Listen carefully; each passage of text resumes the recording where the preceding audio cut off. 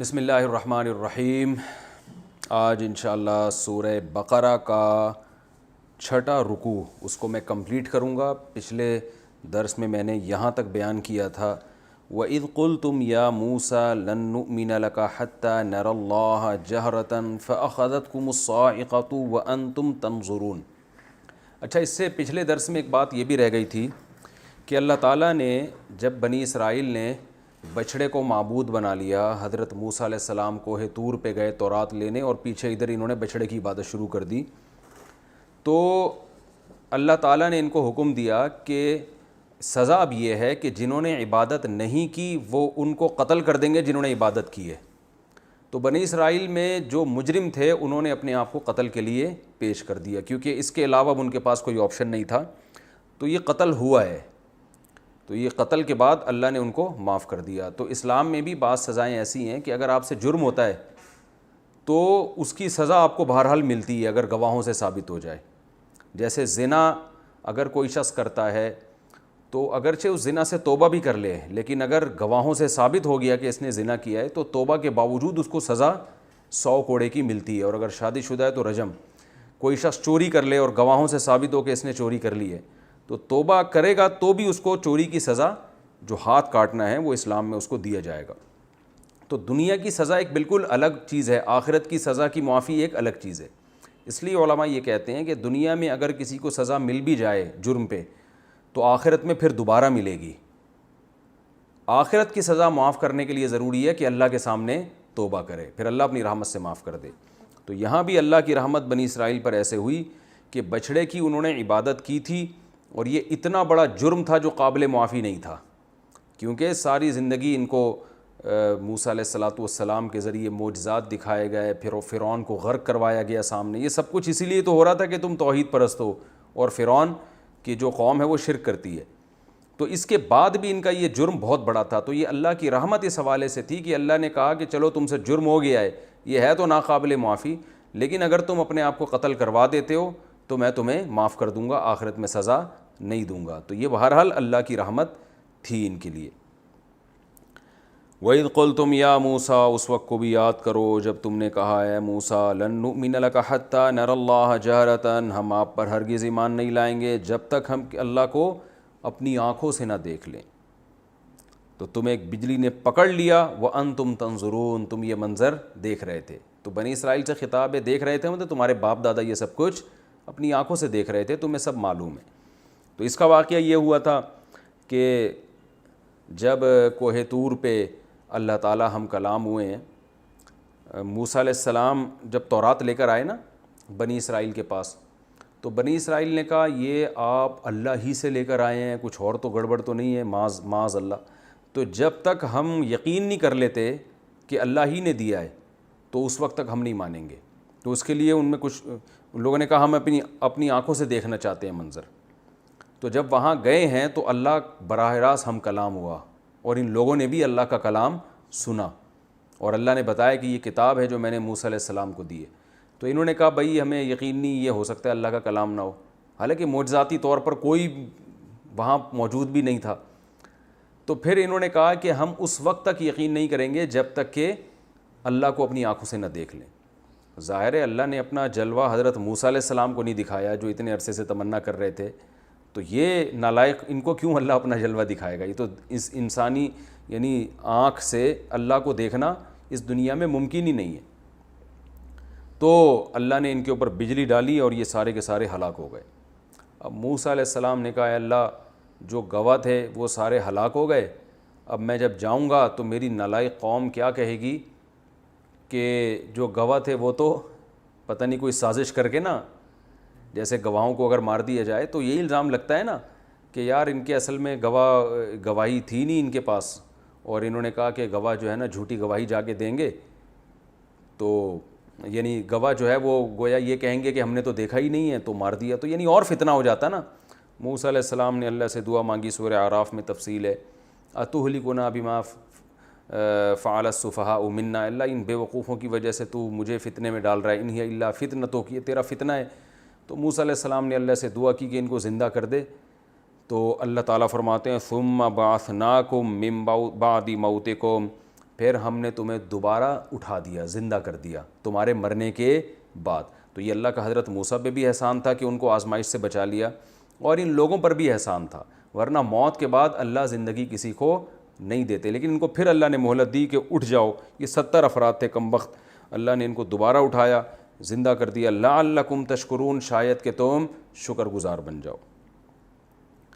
تو لیکن یہ ان لوگوں نے پھر جا کے گڑبڑ کی تھی, اور وہ پھر انشاءاللہ اس موقع پر میں بتاؤں گا, اس کا بھی قرآن نے ذکر کیا ہے. فرمایا وَظَلَّلْنَا عَلَيْكُمُ الْغَمَامَ وَأَنزَلْنَا عَلَيْكُمُ الْمَنَّ وَالسَّلْوَىٰ, اور ہم نے تم پر بدلی کا سایہ کیا, بادل کے ٹکڑے کا تم پر ہم نے سایہ کیا. یہ واقعہ کیا ہوا تھا؟ اصل میں یہ بات خوب اچھی طرح سمجھیں کہ قرآن میں واقعات ترتیب سے نہیں ہوتے, سوائے یوسف علیہ السلام کا واقعہ, وہ پورا ایک ترتیب سے بیان کیا ہے.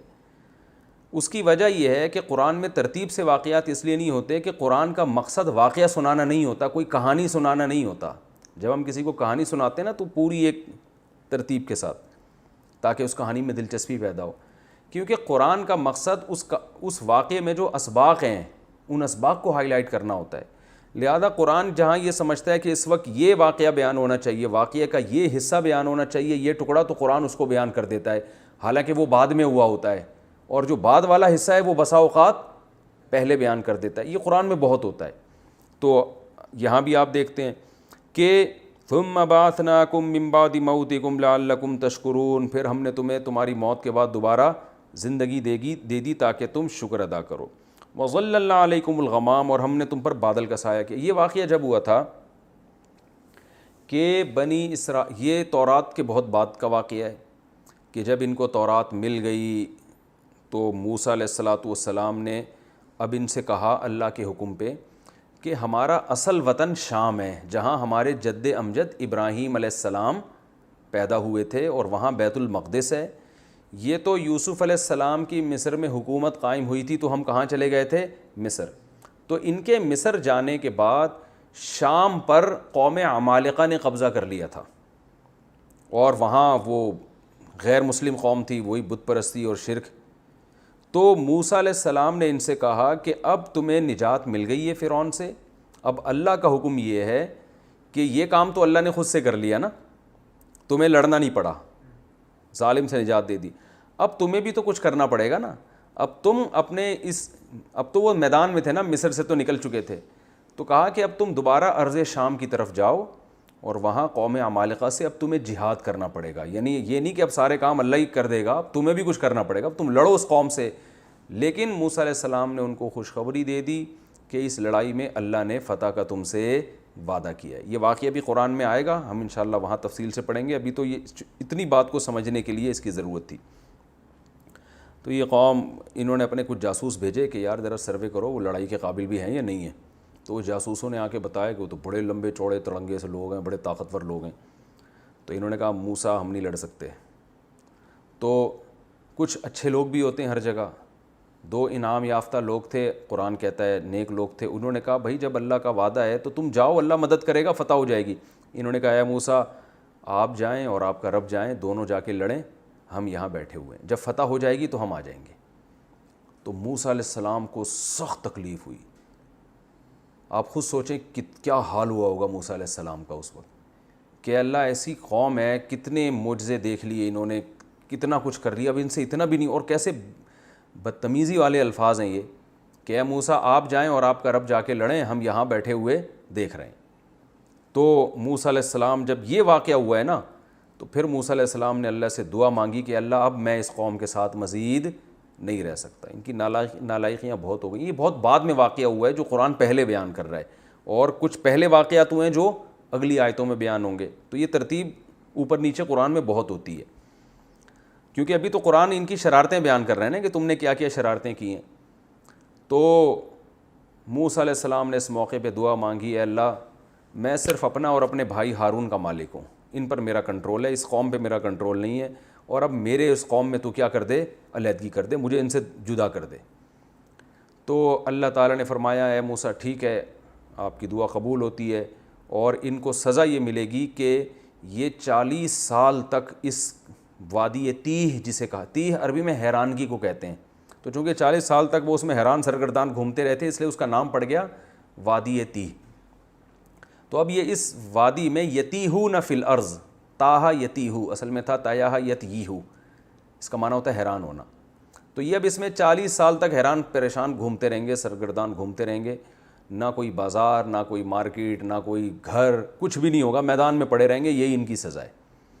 اور 40 سال کے بعد دیکھیں گے کیا ہوگا۔ تو حضرت موسیٰ علیہ السلام کا اسی دوران انتقال ہو گیا، اور اس میدان میں بھی کچھ واقعات ہوئے، اور پھر 40 سال کے بعد انہوں نے جہاد کیا۔ تو اس 40 سال کے دوران بھی بڑے واقعات ہوئے موسیٰ علیہ السلام کی زندگی میں۔ وہ واقعات اللہ یہاں بیان کر رہے ہیں۔ بنی اسرائیل، اب ان کو سزا ملی تھی اللہ کی طرف سے کہ 40 سال میدان میں پڑے رہو گے۔ تو سزا تو انسان برداشت کرتا ہے نا، مثال کے طور پر کوئی جیل میں ہو اور وہاں برگر منگوا رہا ہو تو پولیس والے اس کی ٹھکائی لگائیں گے نا، بھائی تو سزا میں جیل میں پڑا ہے، تجھے یہاں برگر کی سوج رہی ہے۔ تو یہ جب میدان میں پڑے ہوئے تھے تو انہوں نے موسیٰ علیہ السلام سے کہا یہ دھوپ لگ رہی ہے، یہ ایسی سخت دھوپ ہم سے برداشت نہیں ہو رہی۔ تو اللہ میاں نے موسیٰ علیہ السلام نے اللہ سے دعا کی، اللہ فرماتے ہیں وَظَلَّلْنَا عَلَيْهِمُ الْغَمَامَ، ہم نے ایک بادل کو مسلسل متعین کر دیا، بھائی ہر وقت ان کے اوپر رہو۔ تو وہ سزا میں بھی اللہ نے کیا کر دی؟ تخفیف، کہ یہ ان سے دھوپ برداشت نہیں ہو رہی ہے تو اب سایہ ہر وقت ان کے اوپر۔ تو جہاں جہاں یہ چلتے تھے نا اس میدان میں، بادل کا ٹکڑا ان کے اوپر ہر وقت چلتا تھا، تو چھاؤں ملتی تھی ان کو۔ یہ اللہ کا یعنی ایک خلاف عادت ہے نا یہ کام، نارملی ایسا ہوتا نہیں ہے۔ تو یہ ایک معجزاتی طور پر اللہ نے کیا، تو یہ بہت بڑا احسان تھا اللہ تعالیٰ کا کہ ایک کام جو عام اسباب سے ہٹ کر ہے وہ ہو رہا ہے۔ وَأَنزَلْنَا عَلَيْكُمُ الْمَنَّ وَالسَّلْوَىٰ، وہاں کھانے کو کچھ نہیں تھا، مارکیٹیں نہیں تھیں، نہ کوئی کھیت تھے، تو بھوک لگتی تھی، پریشان ہوئے، بھائی ہمیں کھانے کو چاہیے، کھانے کو چاہیے۔ تو اللہ تعالیٰ یہ بھی کر سکتے تھے کہ چلو کوئی فضول سی چیز جو بالکل بے لذت ہوتی ہے، جیسے قیدیوں کو ملتی ہے نا پتلی پتلی دالیں ملتی ہیں کہ یہ کھاؤ بس، جو اللہ بچائے جیلوں میں قیدیوں کا حال ہے، اللہ سب کو محفوظ رکھے۔ تو اللہ یہ بھی کر سکتے تھے کہ بھئی یہ کھاؤ بس، لیکن اللہ نے کیا کیا؟ انزلنا علیکم المن والسلویٰ، اللہ فرماتے ہیں ہم نے تمہارے کھانے کے لیے من و سلوہ اتارا۔ من کو اردو میں ترنجبی کہتے ہیں، یہ کوئی سفید رنگ کی پنیر کی طرح یا اس طرح کی کوئی چیز ہوا کرتی تھی، کہتے ہیں بڑی لذیذ ہوتی تھی، ہم نے تو کبھی دیکھی نہیں، نہ کھائی ہے۔ تو سفید کلر کی کوئی چیز ہوتی تھی جو بڑی لذت والی ہوتی تھی اور طاقتور ہوتی تھی۔ جب یہ صبح اٹھتے تو جو ہے یہ پتوں کے اوپر، یہ جیسے ہوتے ہیں نا جھاڑیاں وغیرہ جو میدانوں میں ہوتی ہیں، ان کے پتوں کے اوپر یہ ترنجبی چائے یہ جو تھی یہ لگی ہوتی تھی۔ اور دوسرا سلوہ بٹیر جو ہے نا یہ اڑ اڑ کے آ جایا کرتے تھے ان کے پاس، تو ان کو شکار نہیں کرنا پڑتا تھا، یہ بٹیروں کو ذبح کر کے کھاتے۔ بٹیر کا گوشت بھی آپ کو پتہ ہے لذیذ ہوتا ہے، آسانی سے گل جاتا ہے اور اس میں بیماریاں نہیں ہیں، جو بھی پرندوں کے گوشت ہیں۔ تو یہ اللہ نے کہا یہ کھاؤ، کلوا من طیبات ما رزقناکم، کھاؤ اس پاکیزہ روزی میں سے جو ہم نے تمہیں دی ہے۔ یہ اللہ کا بہت بڑا احسان تھا۔ وما ظلمونا، اللہ فرماتے ہیں انہوں ظالموں نے ہم پہ ظلم نہیں کیا، یعنی اس نعمت کی بھی انہوں نے ناقدری کی جس کا آگے بیان آئے گا۔ ان ظالموں نے ہم پہ ظلم نہیں کیا ہماری ناقدری کر کے، ناشکری کر کے، ولیکن کانوا انفسہم یظلمون، یہ اپنے اوپر الٹا ظلم کیا انہوں نے۔ تو وہ ظلم یہی ہے کہ اللہ کی ناشکری کی، جس کے نتیجے میں آج اللہ نے ان سے خلافت بھی چھین لی اور روحانی اقتدار بھی چھین لیا اللہ نے ان سے، اور ذلت مسلط کر دی۔ وَإِذْ قُلْنَا ادْخُلُوا هَٰذِهِ الْقَرْيَةَ، اس وقت کو بھی یاد کرو جب ہم نے کہا اس بستی میں داخل ہو۔ اس کا شان نزول یہ یعنی اس کا سیاق و سباق یہ ہے کہ جب وہ میدان میں نا من و سلوہ کھاتے کھاتے تنگ آ گئے، جس کا بیان آگے آئے گا، ڈیٹیل میں آئے گا۔ میں نے بتایا کہ قرآن میں واقعات میں ترتیب نہیں ہوتی، اس کی تفصیل آگے آئے گی، لیکن یہاں اجمالی تفصیل ہے۔ کھاتے کھاتے تنگ آ گئے، اس میں دو قول ہیں مفسرین کے، دونوں مضبوط قول ہیں۔ ایک قول تو یہ جو میں بتا رہا ہوں کہ کھاتے کھاتے تنگ آ گئے تو انہوں نے کہا ہمیں رزق چاہیے، کھانا چاہیے، تو اللہ نے فرمایا شہر میں داخل ہو، قریب کا جو شہر ہے اس میں جاؤ، محنت مزدوری کرو، کماؤ تو تمہیں ملے گا رزق۔ لیکن جب شہر میں داخل ہو گئے تو اپنے گناہوں کی معافی مانگنا، تم سے بڑے گناہ ہوئے ہیں۔ گناہ کیا ہوا تھا؟ جہاد کا حکم دیا تھا تم نے، وہ حکم پورا نہیں کیا، اور جو تم سے ناشکریاں ہوئی ہیں۔ تو شہر میں سر جھکا کے داخل ہونا اور کیا کہنا؟ حطۃ، حطہ کا معنی ہے اللہ ہمارے گناہوں کو معاف کر دے، تو ہم تمہارے گناہ کو معاف کریں گے، اور شہر میں جاؤ سب کچھ کھانے کو، جیسے شہر میں ہوتا ہے نا، جاؤ ہر جو دل چاہے آدمی کو ملتا ہے، ہر جگہ ملتا ہے۔ ایک قول تو یہ ہے۔ دوسرا قول یہ ہے کہ یہ بہت بعد میں، جب موسیٰ علیہ السلام کا انتقال ہو گیا تھا، ہارون علیہ السلام کا بھی انتقال ہو گیا تھا. تو 40 سال کے بعد جب ان کو حکم دیا گیا کہ قوم عمالقہ سے جہاد کرو، دوبارہ انہوں نے جہاد کیا، اس میں اللہ نے ان کو فتح عطا فرمائی. تو ان کو حکم تھا شہر میں اب عاجزی کے ساتھ داخل ہونا ہے اور اپنے پچھلے گناہوں پر معافی مانگنی ہے اور حتہ کہنا ہے. تو انہوں نے اس حتہ کے لفظ کو تبدیل کر دیا. تو یہ دونوں قول مضبوط ہیں. مولانا اشرف علی تھانوی رحمہ اللہ کی رائے یہ ہے کہ پہلا قول زیادہ مضبوط ہے، کہ جو پہلا قول ہے نا کہ وہ جہاد کے بعد کا واقعہ نہیں ہے، بلکہ انہوں نے جب کہا کہ ہم یہ کھانا ہمیں اچھا نہیں لگتا تو اللہ نے کہا ادخلوا مصرن، شہر میں داخل ہو جاؤ. آگے آ رہا ہے یہ. تو جب یہ شہر میں داخل ہونے کا حکم دیا کہ بھئی قریبی شہر ہے وہاں جاؤ اور کماؤ اور شہر میں ہر کچھ ملتا ہے، لیکن اپنے گناہوں سے توبہ کرو جو تم سے ماضی میں ہو چکے ہیں. تو یہ شہر میں داخل ہونے لگے تو ان نالائقوں کو چونکہ روٹی کی فکر تھی، من و سلوہ کھا کھا کے یہ تنگ آ گئے تھے. جتنی بھی اچھی خوراک کو آدمی بار بار کھاتا ہے نا تو ظاہر ہے اس کا دل اکتا جاتا ہے. تو اب یہ نہیں دیکھ رہے کہ یہ بھی ہمیں فری میں مل رہا ہے، ہم تو اس کے بھی مستحق نہیں تھے، ہم تو دال کے بھی مستحق نہیں تھے. تو ایسے موقع پہ مطالبہ کرنا جائز نہیں ہے. تو انہوں نے کیا کیا، شہر میں داخل ہوتے ہوئے حطتن کو کیا کر دیا، حنتتن. حنتا عربی میں گندم کو کہتے ہیں، اور بعض نے حبتن، حبہ بھی دانے کو کہتے ہیں، اناج کو، غلے کو کہتے ہیں. تو چونکہ روٹی کی فکر سمائی ہوئی تھی تو بجائے توبہ استغفار کرتے کہ بھئی جب توبہ استغفار کریں گے تو جس گناہ کی وجہ سے اللہ نے روٹی چھینی ہے وہ گناہ معاف ہو جائے گا تو روٹی مل جائے گی. تو گناہ کی معافی کی پرواہ نہیں ہے، بلکہ ان کو یہ خیال ہوا کہ یار جب ہم شہر میں داخل ہوں گے اللہ نے کہا سر جھکا کے جانا اور یہ کہنا کہ اللہ ہمارے گناہوں کو معاف کر دے. تو ان کو خیال آیا کہ اس کا مطلب یہ قبولیت کا ٹائم ہے. جب اللہ حکم دے رہا ہے کہ توبہ استغفار کرتے ہوئے جانا تو اس کا مطلب اس وقت جو دعا مانگیں گے کیا ہوگی، قبول. تبھی اللہ کہہ رہے توبہ کرو. تو انہوں نے کہا کہ یار توبہ تو ہوتی رہے گی بعد میں آرام سے، پہلے کھانا مانگو اللہ سے، روٹی مانگو. تو نالائقوں نے کیا کیا، حتہ کے بجائے کہنا شروع کر دیا حنتا. حنتا گندم کو، یعنی کیا مطلب، روٹی روٹی روٹی، یعنی اے اللہ ہمیں کیا چاہیے، گندم چاہیے، روٹی چاہیے. یا بعض نے کہا حبہ کہا انہوں نے. حبہ کا مطلب کیا ہوتا ہے، وہ بھی اناج چاہیے، غلہ چاہیے. اس پہ بھی اللہ کو بہت غضب آیا اور اللہ تعالیٰ نے ان پر آفت نازل کی، وہ میں اگلی آیت میں بتاتا ہوں.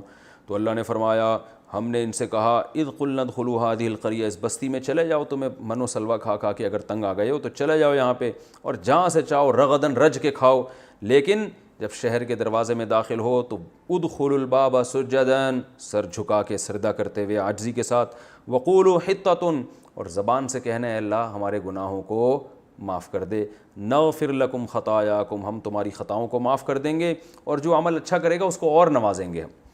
فبدل الذین ظلموا، اللہ فرماتے ہیں ظالموں نے بدل دیا، قولا غیر الذی قیل لہم، جو قول ہم نے کہا تھا نا اس قول کو کسی دوسرے قول سے بدل دیا. وہ دوسرا قول کیا تھا، حنتا اور حبہ، ٹھیک ہے نا.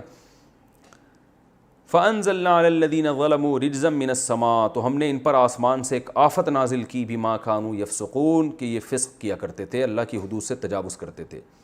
تو وہ آفت کیا تھی، روایات میں ملتا ہے وہ طاعون کی بیماری تھی. ایک وبا آسمانی آئی ہے، طاعون پھیلا ان میں اور بہت سارے لوگ مر گئے اس میں. تو آپ کو پتہ ہے وبائیں پھیلتی ہیں تو کتنی ٹینشن ہوتی ہے. اسی میدان وادی تیہ میں اللہ نے ان کو لے جا کے ان پر وبا مسلط کی اور اس میں بہت ہزاروں لوگ اس میں مر گئے اس بیماری میں. وَإِذِ اسْتَسْقَىٰ، اچھا یہ تو رکوع کمپلیٹ ہو گیا. اب ہم اگلا رکوع پڑھیں گے، وہ ہے رکوع نمبر 7. تو اس کا بھی طریقہ یہ ہے کہ پہلے میں اس کا لفظی ترجمہ اور مختصر گرامر بیان کرتا ہوں، پھر انشاءاللہ اس کی تفصیل. وَإِذِ، اِذ کا معنی کیا ہے، اس وقت کو یاد کرو. استسقا، جب پانی طلب کیا، اصل میں تھا استسقایا، استخرجا، ٹھیک ہے نا، اس طرح باب استفعال، پانی طلب کرنا. جیسے نماز استسقا ہوتی ہے نا جس میں ہم پانی طلب کرتے ہیں. وَإِذِ اسْتَسْقَىٰ مُوسَىٰ، اس وقت کو بھی یاد کرو جب موسیٰ نے پانی طلب کیا، پانی مانگا، لِقَوْمِهِ، اپنی قوم کے لیے. فَقُلْنَا، تو ہم نے کہا، اضرب، مار. چلو پہلی دفعہ وہ لفظ تو آیا نا جو آپ نے گردانوں میں پڑھا ہے، ضرب یضربو، یضربو وہ مارتا ہے مارے گا، اضرب کا معنی مار. اضرب اے موسیٰ مار، بی عصا کا، اپنی عصا کے ساتھ. عصا کا معنی عصا، کا معنی تیری عصا، بی کا معنی ساتھ. اپنی عصا کے ساتھ مار، یعنی اپنی عصا کو مار. الحجر، پتھر پہ. حجر عربی میں کسے کہتے ہیں، پتھر کو. اردو میں استعمال ہوتا ہے حجر, اردو میں نہیں استعمال ہوتا. فن فجرت اصل میں تھا ان فجرت, اکتسبت کی طرح, ان فعالت کی طرح. تو فن فجرت پھوٹ پڑے اس سے, انفجار پھوٹنے کو کہتے ہیں. آپ نے یہ دیکھا ہوگا جو خود کچھ دھماکے دنیا میں ہوتے ہیں نا, تو عربی چینل میں انفجار کا لفظ استعمال ہو رہا ہوتا ہے اس کے لیے. بہرحال پھوٹ پڑے منہ اس پتھر سے, اثنتا عشرتا عینا, 12 چشمے. عین چشمے کو کہتے ہیں جو پانی کا چشمہ, اور اثنتا عشرہ 12. شیعوں کا ایک فرقہ ہے نا اثنا عشرہ کہتے ہیں اس کو, 12 امام جن کے ہوتے ہیں نا, تو اثنا عشرہ کہتے ہیں ان کو. تو اثنتا عشرتا کا مطلب کیا ہے؟ اثنتانی 2 سے نکلا, عشرہ 10 کو کہتے ہیں. 10 اور 2 کتنے ہوتے ہیں؟ 12. تو فن فجرت پھوٹ پڑے اس پتھر سے 12 چشمے. قد علیما, تحقیق, قد کا معنی ہوتا ہے تحقیق, جان لیا, علیما جان لیا, کلو اناسن ہر انسان نے. اناس کا معنی کیا ہوتا ہے؟ انسان. مشربہم اپنے پانی پینے کی جگہ, ہر انسان کو پتا تھا کہ میں نے پانی کہاں سے پینا ہے. تفسیر میں بتاؤں گا, ابھی تو صرف لفظی ترجمہ. مشرب کہتے ہیں پانی پینے کی جگہ, جیسے مسجد سجدے کی جگہ, مشرق سورج نکلنے کی جگہ, مغرب سورج غروب ہونے کی جگہ. تو یہ مفعل اور مفعل کا وزن جو ہے نا, جگہ اور ٹائم کو ڈیفائن کرتا ہے. تو مشرب شرب کی جگہ, پینے کی جگہ. ہر شخص کو پتہ تھا کہ اس نے پہچان لیا اس کے پانی پینے کی جگہ, تاکہ پھڈے بازی نہ ہو ان میں آپس میں. کلو وشربو, کھاؤ اور پیو. یعنی اس وقت ان کو کیا کہا گیا؟ یہ محذوف ہے نا, یعنی قیل لہم, ان سے کہا گیا کلو, کھاؤ بھی, کھانے کے لیے منو سلوا اتار دیا ہم نے, وشربو اور پیو بھی, من رزق اللہ, اللہ کے رزق میں سے, اللہ نے تمہیں رزق دیا ہے. ولا تعثوا, اور مت پھرو, عصا یعصوا کا معنی چلنا پھرنا. ولا تعثوا, اور مت پھرو, فی الارض زمین میں, مفسدین فساد مچاتے ہوئے. مفسد فساد مچانے والے کو کہتے ہیں, جیسے مسلم اسلام لانے والا, ٹھیک ہے نا. وَإِذْ قُلْتُمْ یا موسیٰ, اس وقت کو بھی یاد کرو جب تم نے کہا یا موسیٰ, اے موسیٰ, لن نصبرا, ہم ہرگز صبر نہیں کریں گے. لن کا معنی ہرگز نہیں, نصبرا صبر کرنا آسان ہے نا, یضربو اور نصبرو. لن نصبرا, ہم ہرگز صبر نہیں کریں گے, علی طعام واحد, ایک کھانے پر. منو سلوا منو سلوا منو سلوا, بٹیر, اور یہی آتا جا رہا ہے, یہی کھاتے جا رہے ہیں, یہ نہیں ہو سکتا. It isn't possible for us to take this, ٹھیک ہے نا. ہم اے موسیٰ ایک کھانے پر ہم صبر نہیں کر سکتے. فدعو لنا, فدعو اصل میں تھا ادعو, جیسے نصر ینصرو, اس سے امر آئے گا انصر, تو دعا یدعو, اس کا معنی ہوتا ہے پکارنا. تو ادعو, تو یہ بن گیا ادعو. ادعو, اور الف سائلنٹ ہو گیا شروع میں فا لگانے سے, تو بن گیا فدعو. پس پکار تو, یعنی دعا کر تو, لنا ہمارے لیے, ربک اپنے رب سے. کیا دعا کر؟ یعنی دعا کر جس کا یہ نتیجہ ہو کہ یخرج لنا, کہ وہ اللہ نکال دے, لنا ہمارے لیے. اخرج یخرجو کا معنی نکالنا, کہتے ہیں اخراج ہو گیا مدرسے سے, اسکول سے.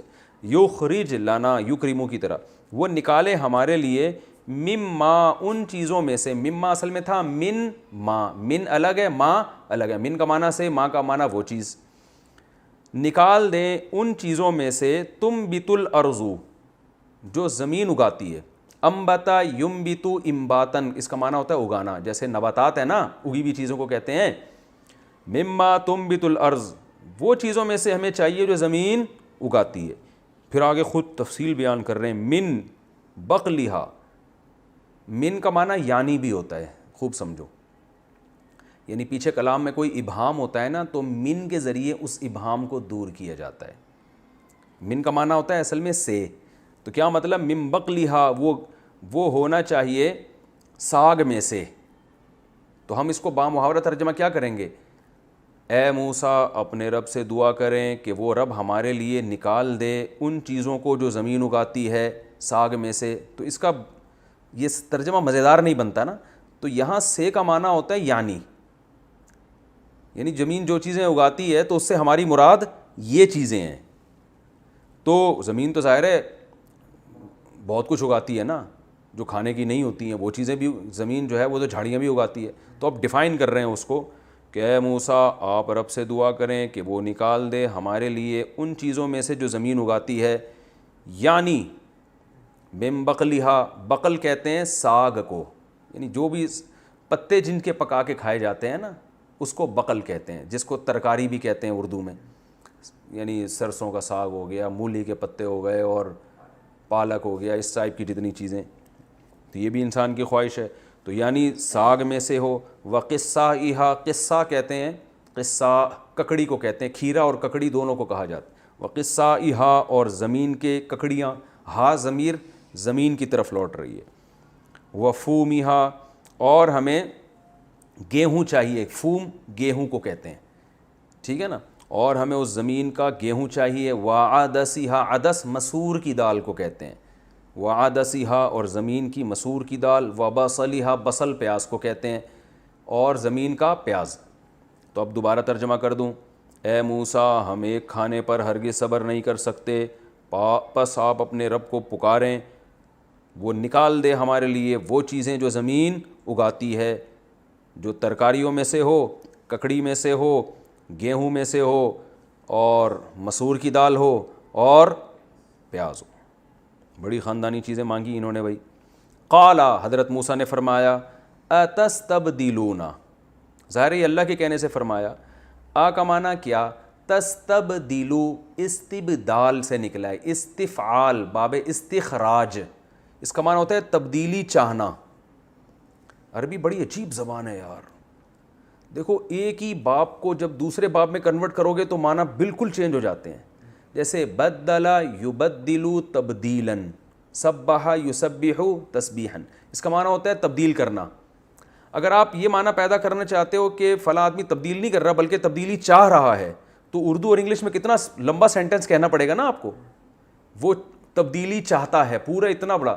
عربی میں ایسا نہیں ہوتا، سینتا لگا دو شروع میں، بدلہ ہے اس کو استبدلہ کر دو، جیسے خرجہ کا معنی نکلا، استخرجہ نکالا، ٹھیک ہے نا۔ کرومہ کا معنی عزت مانا ہوا، اکرمہ کا معنی عزت والا کیا اس نے، تو یہ ہونا، کرنا، چاہنا، یہ سارے معنی چینج ہو جاتے ہیں صرف دو چار حرف اضافہ کر کے، پورے سینٹنس کو نہیں چینج کرنا پڑتا۔ تو حضرت موسیٰ نے فرمایا، اتستبدلون، تضربون کی طرح، کیا تم بدلنا چاہتے ہو، الذی، اس چیز کو، ہوا ادنا، جو کم درجے کی ہے۔ ادنا کسے کہتے ہیں؟ اردو میں بہت استعمال ہوتا ہے ادنا، جو ادنا ہے اسے چینج کرنا چاہتے ہو، بالذی، اس چیز کے ذریعے، ہوا خیر، جو بہتر ہے، یعنی تمہیں ایک بہتر چیز مل رہی ہے من و سلوہ، اس کو تم چاہتے ہو کہ ایک ادنا چیز پہ لے آؤ، مسور کی دال اور یہ سب چیزیں، تمہیں اللہ تعالیٰ فل آف پروٹین چیزیں کھلا رہا ہے۔ مسور کی دال بھی بڑی خاندانی چیز ہے لیکن بٹیر سے اچھی تو نہیں ہے نا، تو تم یہ چاہ رہے ہو، اہبطوا مصرن، ہبط یہبط کا معنی بلندی سے نیچے اترنا، تو شہر میں اتر جاؤ۔ تو یہاں اترنا اس لیے کہا گیا ہے کہ یعنی جانا آسان ہوتا ہے نا شہر کی طرف، تو اس لیے ہبط سے تعبیر کیا گیا ہے، ہبط یہبط، اہبطوا مصرن، اترو شہر میں۔ مصر عربی میں شہر کو کہتے ہیں، مصر کسے کہتے ہیں؟ شہر کو، اور مصر ایک ملک کا نام بھی ہے، لیکن یہاں وہ ملک مراد نہیں ہے، کیونکہ عربی میں جب ملک مصر آئے گا نا تو مصرا ہوتا ہے، اس پہ تنوین نہیں آتی، یہ ذہن میں رکھیں۔ جیسے ادخلوا مصر انشاء اللہ آمنین، سورہ یوسف میں ہے کہ یوسف علیہ السلام نے اپنے والد اور بیٹوں سے کہا کہ مصر میں داخل ہو جاؤ، تو وہاں مصر سے مراد وہ ملک مصر تھا، تو اس پہ مصرا ہے، تنوین نہیں ہے، کیونکہ میں نے آپ کو بتایا تنوین جب آتی ہے نا تو اس کا معنی ہوتا ہے کوئی یا کسی، تو یہاں کیا ہوگا، ادخلوا مصرن، اہبطوا مصرن، کسی شہر میں داخل ہو جاؤ، سمجھ رہے؟ جبکہ مصر کسی شہر نہیں ہے، وہ تو ایک اسپیسیفک ایک مخصوص جگہ ہے، تو اس پہ تنوین نہیں آ سکتی۔ تو اللہ نے فرمایا اہبطوا مصرن، کسی بھی شہر میں چلے جاؤ، یعنی موسیٰ علیہ السلام نے کہا شہر میں جاؤ، فإن لکم، تو بے شک ہوگا تمہارے لیے، ما، وہ چیز، سألتم، جس کا تم سوال کر رہے ہو، ضربتم کی طرح، یعنی جس کا تم مطالبہ کر رہے ہو، کھانے پینے کو ملے گا، جاؤ شہر میں۔ لیکن یہ شہر میں جانے سے ان کو پتا تھا کہ وہاں جا کے یا تو جہاد کر کے جانا پڑے گا، ایسے کون اپنے شہر میں گھسنے دیتا ہے، تو لڑائی سے یہ جان چھڑاتے تھے، یا یہ کہ محنت کرنی پڑے گی، اور یہ غلامی میں رہ کے وہ انسان کی سوچ ہی چینج ہو چکی ہوتی ہے، اور فری پھوکٹ میں کھانے کو مل رہا ہے اس پہ ان کو مسور کی دال یاد آ رہی ہے. ٹھیک ہے, فَإِن تمہارے لیے جو کچھ تم مانگو گے وہ تمہیں وہاں ملے گا. وَضُرِبَتْ عَلَيْهِمُ الذِّلَّةُ, اللہ فرماتے ہیں مار دی گئی ان کے اوپر ذلت, یعنی اس قسم کے مطالبات اور باتوں کی اور حرکتوں کی وجہ سے. ضریبت کا معنی یعنی ہم لفظی ترجمہ مارنا سے نہیں کریں گے بلکہ مسلط کر دی گئی. ٹھیک ہے نا, مسلط کر دی گئی علیہم ان کے اوپر ذلہ ذلت, والمسکنہ اور رسوائی. ذلت اور مسکنت میں دونوں ایک ہی چیز کے دو نام ہیں, لیکن مسکنت کہتے ہیں وہ والی ذلت جس کو جو دیکھنے سے بھی نظر آ رہی ہو. مسکین سے نکلا ہے نا مسکنت. دیکھیں ایک ہوتا ہے فقیر, ایک ہوتا ہے مسکین. تو فقیر اور مسکین میں کیا فرق ہے؟ حقیقت میں کوئی فرق نہیں ہے. اس کے پاس بھی پیسے نہیں ہوتے, اس کے پاس بھی پیسے نہیں ہوتے. لیکن مسکین وہ فقیر کہ جس کے حلیے سے بھی پتہ چل رہا ہو, یعنی اتنا غریب ہو کہ اس کے چہرے سے غربت ٹپک رہی ہو. تو وہ اس کو جب دونوں اکٹھے استعمال ہو گئے نا فقیر اور مسکین کا لفظ, تو یہ فرق ہوگا. ایک ہی آیت میں اگر دونوں لفظ آ رہے ہیں, انما الصدقات للفقراء والمساکین, قرآن میں آتا ہے فقیروں کے لیے زکوٰۃ اور مساکین کے لیے. تو یہاں چونکہ ایک ہی جملے میں دو لفظ استعمال ہوئے تو دونوں کا الگ الگ معنی ہوگا, لیکن اگر یہ الگ الگ استعمال ہوتے ہیں تو پھر دونوں کا ایک ہی مطلب ہوتا ہے. تو یہاں بھی ذلت اور مسکنت چونکہ ایک ہی جملے میں استعمال ہوئے ہیں تو ان کا مفہوم الگ الگ ہوگا. ذلت جو انسان رسوا ہو جاتا ہے, اور مسکنت وہ رسوائی جو دکھ رہی ہو. تو بعض دفعہ انسان ایسے کام کرتا ہے جس کی وجہ سے وہ پتہ چل جاتا ہے کہ یہ آدمی اچھا آدمی نہیں ہے, یہ کم درجے کا آدمی ہے. تو اللہ فرماتے ہیں ان پر حقیقی ذلت تو ہم نے مسلط کی, لیکن وہ والی ذلت جس سے لوگوں کو دیکھ کے پتہ چل جائے کہ یہ ذلیل لوگ ہیں اور یہ کم درجے کے لوگ ہیں, وہ والی بھی مسلط کی. دیکھو ایک آدمی کا گیٹ اپ ایسا ہوتا ہے جس سے لوگ اس کو عزت دار سمجھتے ہیں, لیکن وہ حرکتیں ایسی شروع کر دیتا ہے کہ جس کو ان حرکتوں کا علم نہیں ہوتا وہ اس کو عزت دار سمجھ رہے ہوتے ہیں, لیکن حقیقت میں وہ ذلیل ہو چکا ہوتا ہے. لیکن بعض دفعہ ایسی حرکتیں کر رہا ہوتا ہے کہ لوگ ان حرکتوں کو دیکھ کے پھر اس کے گیٹ اپ سے متاثر نہیں ہوتے, اور لوگوں کی نظر میں یہ بات طے شدہ ہو جاتی ہے کہ یہ قوم کے اچھے لوگ نہیں ہیں. تو اللہ فرماتے ہیں یہودیوں کو جو ہم نے سزا دی حقیقی ذلت بھی, اور وہ ذلت جو لوگوں میں متعارف ہو جائے وہ والی ذلت بھی ان پہ مسلط کر دی گئی. تبھی آج دیکھو دنیا میں ایک بڑی گالی بن چکی ہے, اور لوگوں کی نظر میں اللہ نے ان کو ذلیل کر دیا. یہی وجہ ہے کہ صرف مسلمان یہودیوں کو برا نہیں سمجھتے, ساری دنیا برا سمجھتی ہے. آپ جرمنی میں جا کے یہودیوں کے بارے میں پوچھیں, کوئی اچھا کانسیپٹ نہیں. ہٹلر جو تھا اس نے, اچھا یہ میں نے تفسیر شروع کر دی, میں پھر تفسیر کے وقت ہی بتاؤں گا, ابھی تو میں صرف لفظی ترجمہ کر رہا ہوں. ہٹلر کی بار مکمل کر لیتا ہوں. ہٹلر نے یہودیوں کو بہت مارا تھا نا, تو کچھ یہودی اس نے زندہ چھوڑ دیے تھے, اور اس کے یہ الفاظ تھے کہ میں نے اس لیے چھوڑے تاکہ لوگوں کو پتہ چلے کہ میں نے ان کو مارا کیوں تھا. یہ جب زندہ رہیں گے نا تو حرکتیں ایسی کریں گے تو لوگوں کو میں یاد آؤں گا. ٹھیک ہے نا. اور کمال کی بات ہے جب یہودیوں کو ہٹلر نے بہت مارا تھا تو خلافت عثمانیہ نے ان کو پناہ دی تھی, یہودیوں کو بچایا تھا, جو بہت سارے یہودیوں کو, یعنی مسلمانوں کا ان پر بہت بڑا احسان بھی ہے یہودیوں پر. اللہ فرماتے ہیں اور ان پر مسلط کر دی گئی. وباؤ, باؤ اصل میں تھا بیاؤ, اس کا معنی ہوتا ہے ضربو کی طرح لوٹنا. تو وباؤ بغضب من اللہ, اور یہ لوٹے اللہ کے غضب کے ساتھ. لوٹے کا مطلب مستحق ہوئے. یہ ذالک, یہ سب کچھ اس لیے ہوا, اللہ گویا اشارہ کر کے بتائیں یہ جو ذلت اور اللہ کا غضب ان پر آیا کیوں, بِأَنَّهُمْ, اس لیے کہ یہ لوگ کانوا یکفرون بآیات اللہ, اللہ کی آیات کا انکار کیا کرتے تھے. یہ بھی تو کھلے انکار ہی ہے نا, عمل سے انکار کر رہے ہیں. وَيَقْتُلُونَ النَّبِيِّينَ, اور قتل کر دیا کرتے تھے پیغمبروں کو بغیر الحق, حق کے بغیر. یہ قید اتفاقی ہے. اب یہ مشکل الفاظ میں استعمال کرتا ہوں, پھر تفسیر میں لوگوں کے کمنٹس آتے ہیں یار مجھ سے بہت گاڑی اردو. آج کسی نے کمنٹ وہ کیے کہ بھائی وہ متشابہات کے لفظ آپ استعمال کر رہے ہو, اتنے گاڑے الفاظ ہیں یہ تو سمجھ میں ہی نہیں آ رہے. تو میں نے بھائی یہ گاڑا لفظ متشابہ کا استعمال کیا تھا تو اس کی ٹرانسلیشن بھی تو کی تھی نا, یعنی اس کو آسان الفاظ میں ڈیفائن بھی تو کیا تھا. یہ تو ایک ٹرم ہے نا متشابہ لفظ, ٹرم کو تو چینج نہیں کیا جا سکتا نا, اصطلاحات کو. تو قید اتفاقی کا مطلب یہ ہوتا ہے کہ یہ کام جب بھی ہوگا ناحق ہی ہوگا. یہ مطلب نہیں ہے کہ انبیاء کے قتل کی دو قسمیں, ایک حق والا اور ایک ناحق. تو ناحق قتل کرتے تھے تو یعنی ناحق ہی ہو سکتا ہے, تو جو کام ناحق ہوتا ہے اس پہ سزا ملتی ہے. اور دوسرا مطلب اس کا یہ ہو سکتا ہے کہ ایسا ناحق جس کو وہ خود بھی ناحق سمجھتے تھے, کیونکہ بعض دفعہ انسان کنفیوز ہوتا ہے، وہ سمجھتا ہے معاذ اللہ یہ جھوٹا نبی ہے، تو وہ اس کو قتل کرتا ہے، اپنے خیال میں حق پر ہوتا ہے وہ، لیکن اللہ فرماتے ہیں یہاں یہ بھی نہیں تھا، بلکہ یہ قتل کیا کرتے تھے ایسا جس میں ان کو خود بھی پتہ ہوتا تھا کہ ہم ناحق قتل کر رہے ہیں، تو اتنے بڑے بڑے جرائم انہوں نے کیے ہیں۔ ذالک، اور یہ جو پیغمبروں کو ناحق قتل کرنا تھا، اب سوال پیدا ہوتا ہے کہ یہ اتنا بڑا جرم انہوں نے کیسے کر لیا؟